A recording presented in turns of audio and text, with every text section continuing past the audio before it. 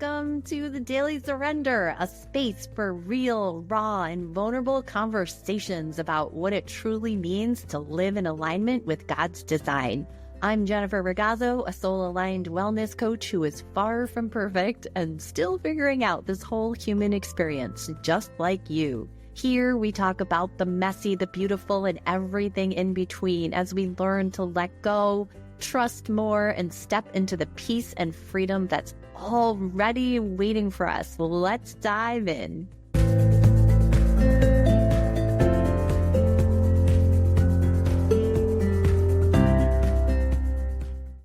Welcome back to the Daily Surrender. My name is Jennifer Ragazzo, and I am your host. And in today's podcast episode, we're going to dive into a topic that is very personal and raw for me, and also very deeply freeing. We're going to talk about the soul-led path to healing and why I no longer call myself a functional wellness coach after practicing under the umbrella of that title for over a decade. For years, I lived in the endless loop of trying to, quote unquote, fix myself. I was chasing every supplement, every protocol, every functional test that existed, hoping and praying that their results would hold the golden ticket to my healing. Maybe you've been there too. But what if true wellness is not found in a plan or a protocol, but instead in a return to presence? In this episode, I'm going to share with you why I no longer call myself a functional wellness coach and what it really means to step into soul-aligned healing that honors both the body and the spirit. It's taken me decades to get to where I am here today, my friends, and I'm hoping in me sharing some of my experience and what I've learned along the way, I can bridge the gap of time for you just a little bit. So 25 years ago-ish, I was early in adulthood. I was early in my marriage. I had just a few years into my teaching career. And my health at the time was a complex puzzle of a lot. I had a diagnosis starting at age 19 of stage 4 endometriosis. I was struggling with chronic migraines, anxiety, gut issues, adult acne. And for most of those things, I sought the answers in allopathic medicine because I didn't know any different.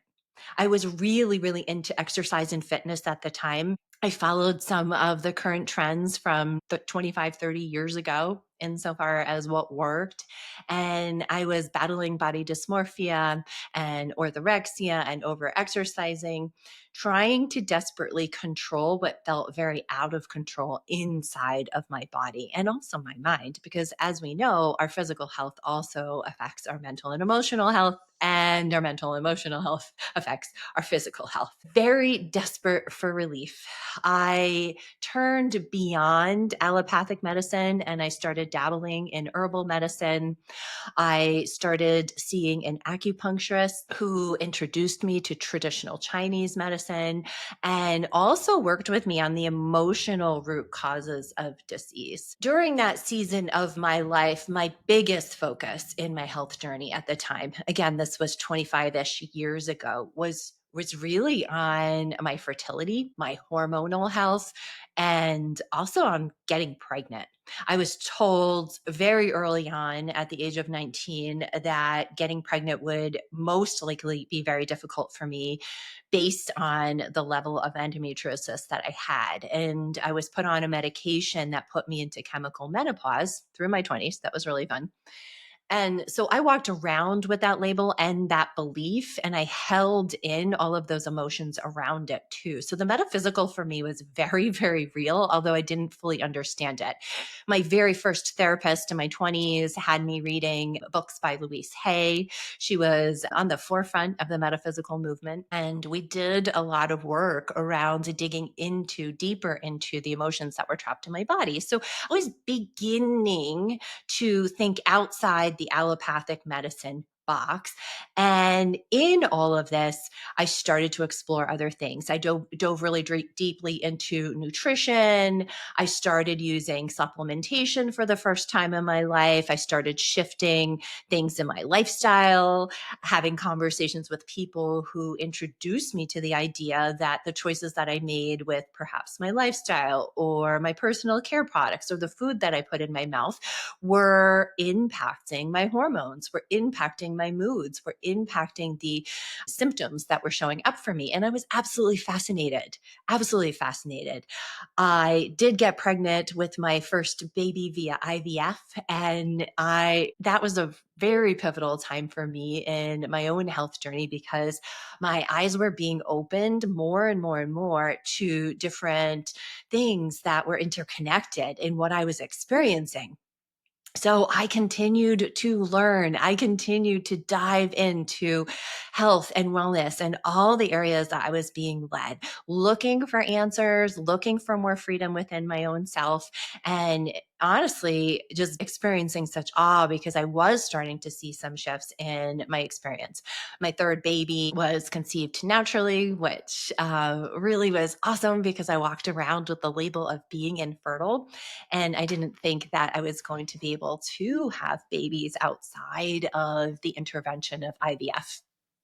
So there are a whole series of events, and I'll talk about more of this story in and of itself on a different podcast. But my continued obsession with learning about everything health and wellness, I ended up going back to school when my kids were really young for integrative nutrition so that I could continue learning more and more and teach other people too.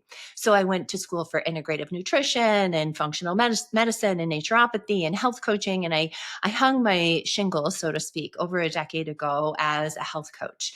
And I learned and I tested everything on myself. Absolutely everything that I learned about, I turned it back to myself and I was testing because even though I had seen and experienced some success in my own health journey, there were still so many things that were uncomfortable for me that were begging me for attention. There were dis-ease dynamics at play, dis-ease labels that I was receiving throughout my 30s and early 40s, multiple autoimmune diseases. There were certain things that no matter what I did, they wouldn't go away. So I became behind the scenes slightly obsessed, truly, like with learning about all the things and trying them on myself. So functional medicine, while it was life changing for me, it also became a bit of an obsession. And for me, on the surface, it was really looking like I was making a lot of progress and with my own health. And I was working with so many people that would come my way who were seeking answers so similar to me. They were looking for something perhaps outside of a system that they were very accustomed to and that was in their minds failing them. So what I was experiencing was mild relief. Sometimes it would be significant relief, but it was significant relief that would come with a whole bucket load of supplements to keep my head afloat. Or I would take two steps forward, perhaps in some gut healing. And I would take the two steps forward and then I would find myself back at square one. And I didn't understand why. So I continued to seek more and more and more answers in things outside of myself. And that's where we're going here in today's episode. I was really stuck in the belief that healing was outside of me, that somebody else or something else had the answers that would poof, fix me and make it all go away. Oh my gosh, I would have given anything, I would have paid anything for that, truly. Control, perfectionism, people pleasing, leaky boundaries, all of those things, they drove me. I wore health like an armor. If I could just do enough, truly, like if I could just do enough, I would then be safe. I would then be whole. I would then be lovable. I would then be worthy. That, my friends, is the belief system that I developed over time and over long periods of time in seeking for answers, seeking for this perfection in my health. And spoiler alert, it just was not the way. It was not the way to find what I was seeking for so long. So let's talk about this whole obsession with fixing. Perhaps you are listening to this and you can relate to me. Maybe you've been like that before in your past. Maybe you still are on the bandwagon of trying to quote unquote fix yourself. So, this world that we live in, it tells us that health is something that we achieve. It tells us that there's a right diet. Go to the bookstore, if that's something that we even do anymore in person, right? Or just pop onto Amazon and type in health, type in diet, and you will find thousands and thousands and thousands of books. And each one of the books, they proclaim that this is the right diet. And we so badly want it to be right. It is right for somebody, but we want it to be right for us. We want it to be the thing. We hope that the next test that we pay for, if we pay for the really fancy and very expensive functional medicine workup, we could spend upwards of $5,000 easily. And we hope that that series of testing, or just that one test, it's going to have all of the answers. Oh my gosh, I remember taking so many different tests over the years and just hoping and praying that they would carry the answers and that they would tell me the exact thing to do, give me the exact protocol, and I would take the exact supplements and follow the exact diet, and everything poof again would go away, and I would feel whole and comfortable in my skin and happy and peaceful and free. And it didn't work. And when something goes wrong and we haven't found that thing yet, we feel internally like we're broken, like we're failures, like we're unfixable. Like what a story, what a label to carry around, right? So I personally have tried almost all the things. I mean, oh my goodness. I did Suzanne Summers' summer sizing, the food combining, paleo, whole 30, gluten-free, dairy-free, egg-free, AIP, you name it. I tried it all, trying to figure out the diet that was going to be the thing for me. I counted my macros like a badass. I weighed food. I made sure that I got all the nutrients. I remember at one season tracking not just my caloric intake or my macro intake, but it was a tracker that tracked every single nutrient and would tell me how far off I was with different things like selenium and zinc and iron in my food. And whew, it was a lot of work in and of itself. Thousands and thousands of dollars on biohacking tools. I mean, I even bought, this was many years ago, I bought an $8,000 PEMF device, and I was so hoping it would be the thing that I would literally just put on my body and everything would perfect itself. And it didn't do that for me. And it's not because the tools in and of themselves were bad, but for me, they were just these very loud and oftentimes expensive distractions when what I needed the most was silence and presence. My wake up call came in a dark night of the soul 5.5 years ago. You can go back 2 episodes ago, I think 2 or 3 episodes ago, and you can hear a little bit more about my dark night of the soul season and different things that were occurring in my life that led me to pivot big time. But during that season, my dark night of the soul season, again, on the front, everything looked awesome. I had it all together. I was running a very successful functional wellness practice, working with hundreds of people, helping them with their health. I certainly wasn't recommending to them what I was doing behind the scenes because I knew better when it came to other people. But when it came to myself, I really, really couldn't see very clearly at all. It was as if I had my own nose pressed really close on the glass, on a mirror, and everything was so blurry because I was staring at myself and just so obsessed with trying to fix me. And I was also at the same time avoiding where I really, really needed to go. And during that season of my life, everything unraveled, my body, my mind, my spirit. And it was only then that I realized that there was no test that could tell me what my soul was screaming for. No supplement could replace stillness. I had to stop working on myself in the way that I had up until then and start listening to myself. Whew, that was a process. That was a process that took years of learning how to rewire, how to slow down, how to deprogram myself and reprogram myself based on a very, very different way of living. So, in order for me to return to my own inner voice, I had to unlearn all that I had learned. Over and over and over again in my practice, I saw women just like me. They were exhausted. They were overwhelmed and they were still unwell despite doing all the things right.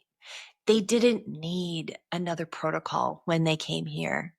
They needed permission to come home to themselves. And here's what I know now.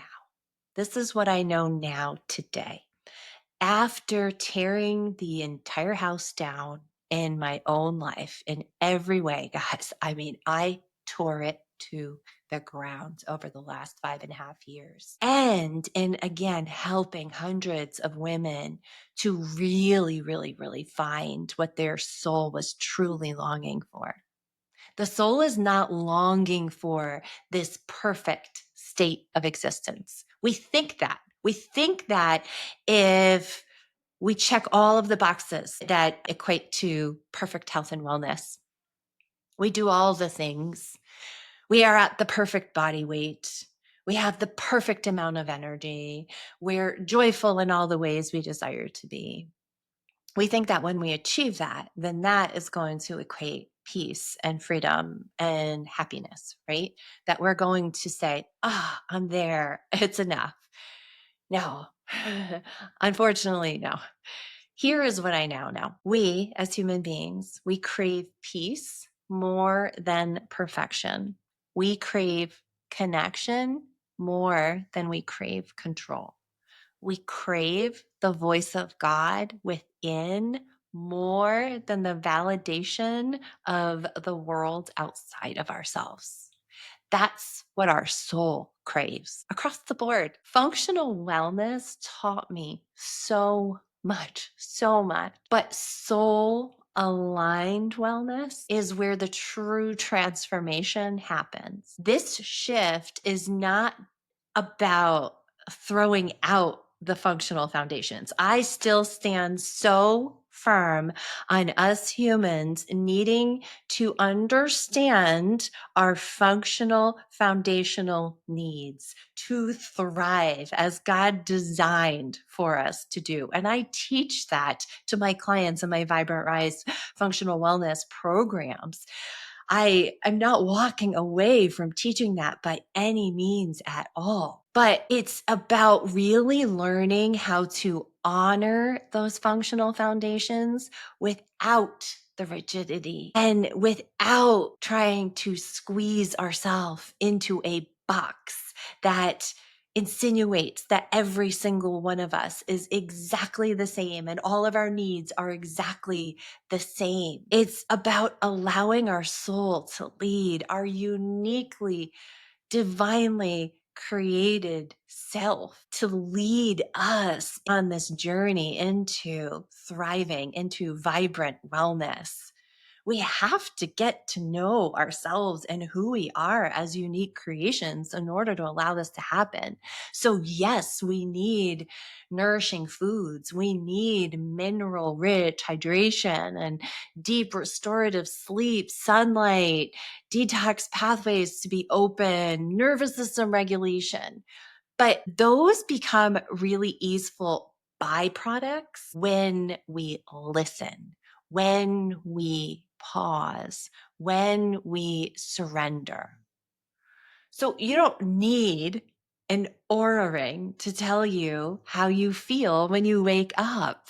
Ask your body. That might ruffle a little feathers here. Aura rings are very popular. I have one myself in a drawer somewhere. I haven't worn it in a really long time because along the path of healing, especially in the last 5 years, again, when I tore the house down, I looked at my aura ring and I said, why am I allowing you to dictate to me how I feel? What if instead I took it off and I learned how to really assess my own needs? I learned how to really tap into how I feel in any given moment, how my sleep was, how my HRV is, how my readiness is for the day, based on the inner knowing that is inside of me. Because the slower I am, the more intentional I am, the quieter the noises in my life. And for me, the Aura Ring was a noise, the more intuitive I've become. And the more that I know me really, really well.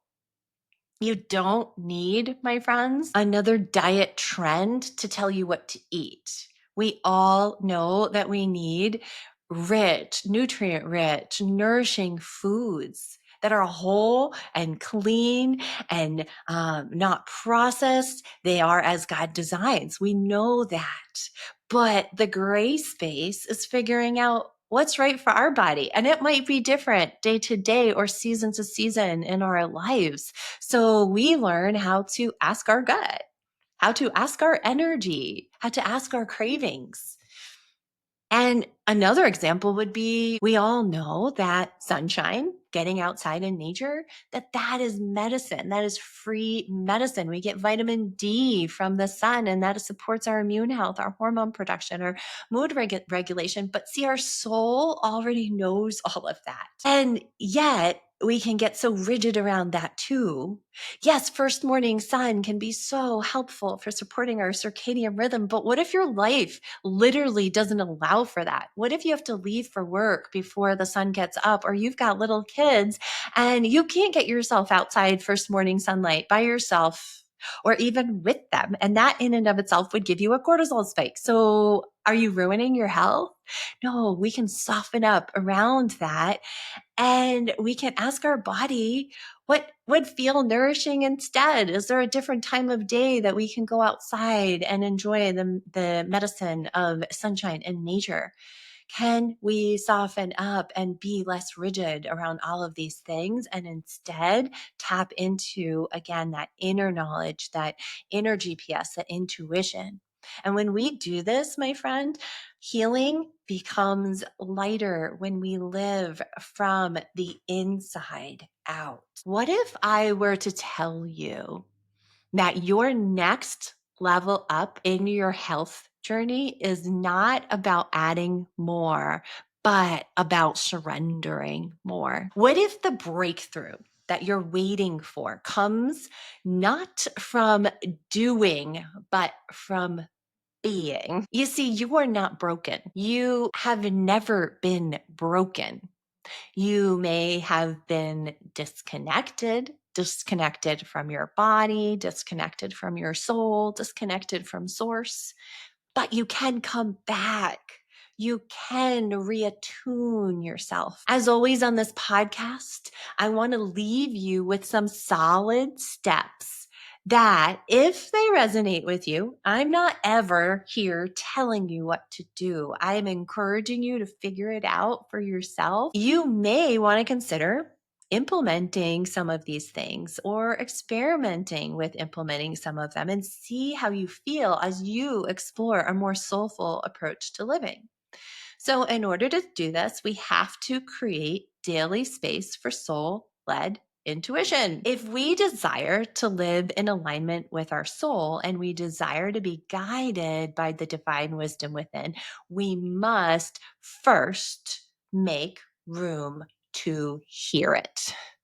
I had to do this. It took me a while to really retrain myself. Early days of me learning to listen more and slow it down and quiet the noise took a lot of intentionality. I had to learn to actually literally slowly walk. That was comical in the early days of Jen learning to walk instead of literally run through her life. You see, our intuition is not a shout. It's not going to come through like a megaphone. It's a whisper. It's an inner knowing. It's a nudge. It takes practice in learning to listen to the whisper, to strengthen that intuitive muscle. So be patient with yourself and give yourself lots of grace in this process, please. It is a really noisy world out there, and it's so easy to miss these little whispers, these little inner nudges. So continue to practice it. And I'm going to give you again some things to help you to do that here today. So, some practices that invite us back into communion with the soul might be one, starting your day in stillness before stimulation. Before you look at your phone, today we have phones. It's a very modern thing. Only in the last 15, 20 years do people wake up immediately and go to their phones. And I understand it's hard. It's so hard. It's so tempting to want to connect with the world, to see if there's other people that are trying to connect with you, to go on social media. But perhaps if this is something that you're craving and you're really wanting to strengthen your own soul-led intuition, you make a pact with yourself and you don't go on your phone. Before you look at your to-do list, you create a sacred pocket of time. It can be just 5 to 10 minutes. It doesn't have to be a long period of time, but a sacred pocket of time where you connect with God. When you connect with your breath, with your body, with your heart, and you ask these simple questions, perhaps you put your hand on your heart or a hand on your heart and your belly and you say, what do I need today? Or what would you have me know today, God? What is it? What do you have for me? And then just get still and listen. You may not hear a full answer, but instead you might have an inner knowing. You might have a thought that you really trust. It might just be a seed that's being planted. But that practice in and of itself is going to help you to start to hear and then strengthen the hearing muscle, the soul-led intuition muscle. Another thing that you might consider doing is practice body-led decision making. We often override the body's signals with the mind's stories, but your body is a messenger of the soul. Before making decisions such as, what am I going to eat for breakfast? What kind of workout do I want to do today? Whether to say yes or no to something, I'm going to encourage you to do what I call the purposeful pause. Pause and ask, does this feel expansive or constrictive? Does this feel open or closed, calm or chaotic? Yes, you can even do this with what you're thinking about eating with breakfast. You can pause before you eat and ask yourself, does this food feel really good to me? Does it feel expansive? Does it feel supportive of me today? Or does it feel or heavy? Purposefully pausing before we just head on go into something and make a decision helps receive these signs from our nervous system and our soul that are directing us, and practice trusting them. Just experiment If you normally eat eggs for breakfast and you try this, maybe you try this tomorrow morning, and you hear a very subtle feeling of contraction around having eggs, and just it feels a little heavy to you. And then you think of something else that pops in your mind and you ask yourself again and you lean in and you listen and it feels more expansive to you. Just even if it's a little subtle, try it and then track how you feel that day. That's a really wonderful way to practice this muscle. Another way to practice soul led intuition is to create moments of breathful pause in your day. So, midday, you can even step outside and take 3 really deep conscious breaths. I love to do this and actually expand out my arms, like really open up my heart center, stretch out my shoulders, have my feet on the ground and feel the earth beneath me and ask myself these questions. Am I living in alignment right now? Right now, in this moment, just this moment. And I scan and I listen. And if I hear no, I ask the question, what do I need to do to come back? What do I need to do to come back in alignment with me? And I pause again and I listen. It very often is just this tiny, small whisper. It might even be whispering to me to stay outside for a few more moments or to say no to something that I had on my calendar that day, but to take it off. Or perhaps it's to bring something on to my calendar that I didn't have on. That very small reset, it's creating a clearing for the divine whisper to re enter. Another way that you can practice soul led intuition would be to journal as a conversation with the divine. This is one that I do often. I let my pen flow with my thoughts and then I pause and I write from the voice of love, from the voice of God. Sometimes I do this if I'm really, really in a zone and I just let the words come through my fingers and then I go back and it's really neat because I see dialogue. I actually have it like God, me. Sometimes I just write I free flow letters out to God in my journals and then I'll get quiet and I'll just start writing and writing what I'm hearing back from God. Write from the I am. And when we write from the I am, we're writing from our higher self, which is God in us. And really let it be a dialogue. It's one of the most powerful ways to access intuitive knowing. And it's really powerful and fun to go back, to step away and then go back and reread that dialogue between, again, your higher self, God within, and you. Another way to honor soul led intuition is to honor your emotions as guides. And we know most of the women most of the people listening to this podcast are women. And we know we're very emotional beings. Men are too. But us women, man, we really wear our emotions in the full spectrum of color, right?